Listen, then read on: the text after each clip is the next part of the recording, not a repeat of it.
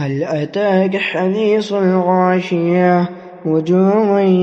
يومئذ خاشية عاملة ناصبة تصلى نارا حامية تسقى من عين عانية ليس لهم طعام إلا من ضرير لا يسمن ولا يغني من جوع وجوه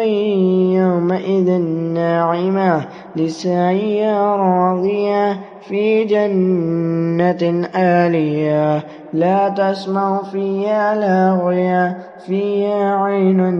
جارية فيها سرر مرفوعة وأكواب